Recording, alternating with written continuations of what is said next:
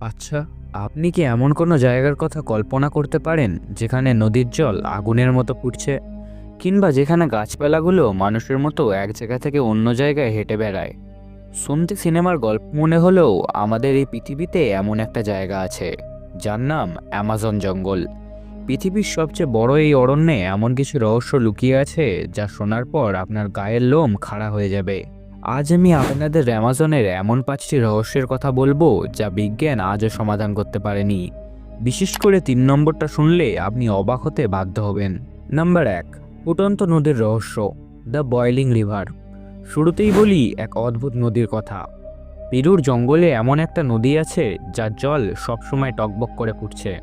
ভাবুন তো, কোনো চুলা নেই, আগুন নেই, তবুও জল এত গরম কেন? সাধারণত আগ্নেয়গিরির আশেপাশে এমনটা হয়, কিন্তু এই নদীর ধারে কাছেও কোনো আগ্নেয়গিরি নেই। যদি কোনো ছোট প্রাণী এতে ভুল করে পড়ে যায় তবে কয়েক সেকেন্ডের মধ্যেই সে সেদ্ধ হয়ে মারা যাবে। স্থানীয়রা মনে করে এটা কোনো অলৌকিক শক্তি, কিন্তু আসল কারণটা কি সেটা আজও অজানা। নাম্বার 2, হেঁটে চলা গাছ। এবার আসা যাক 2 নম্বর রহস্যে। আচ্ছা, গাছ কি কখনো হাঁটতে পারে? অবিশ্বাস্য মনে হলেও অ্যামাজনে এক ধরনের তাল গাছ আছে যা ঠিক এই কাজটাই করে। এদেরকে বলা হয় দ্য ওয়াকিং পাম।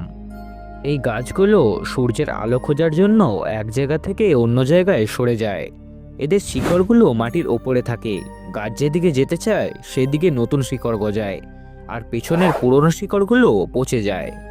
এভাবেই এই গাছটি প্রায় 1 বছরে 60 থেকে 70 ফুট পর্যন্ত সরে যেতে পারে। ভাবুন তো, এক রাতে যে গাছটি আপনার জানলার পাশে দেখলেন, কয়েক মাস পর সেই গাছটি আর সেখানে নেই। নাম্বার 3, টাইটানোবোয়া, দানবীয় সাপ। 3 নম্বর রহস্যটি সবচেয়ে ভয়ঙ্কর।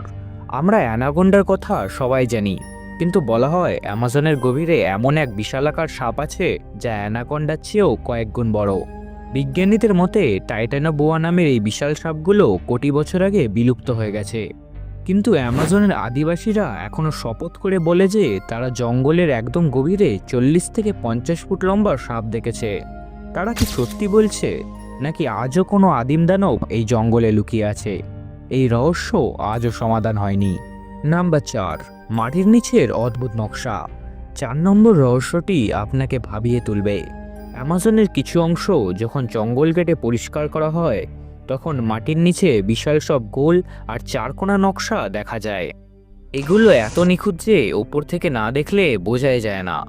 আজ থেকে 2000 বছর আগে যখন মানুষের কাছে কোনো আধুনিক যন্ত্র ছিল না, তখন তারা এত বড় আর এত নিখুঁত নকশা কিভাবে তৈরি করলো?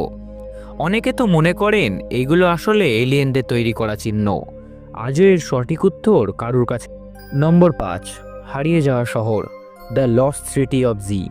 সবশেষে বলি এক হারিয়ে যাওয়া শহরের কথা। শত শত বছর ধরে মানুষ বিশ্বাস করে আসছে যে অ্যামাজনের গভীরে সোনায় মোড়ানো এক বিশাল শহর আছে যার নাম এলডোরাডো বা দ্য সিটি অফ জি। এই শহর খুঁজতে গিয়ে শত শত অভিযাত্রী জঙ্গলে হারিয়ে গেছেন, কিন্তু কেউ আর ফিরে আসেননি।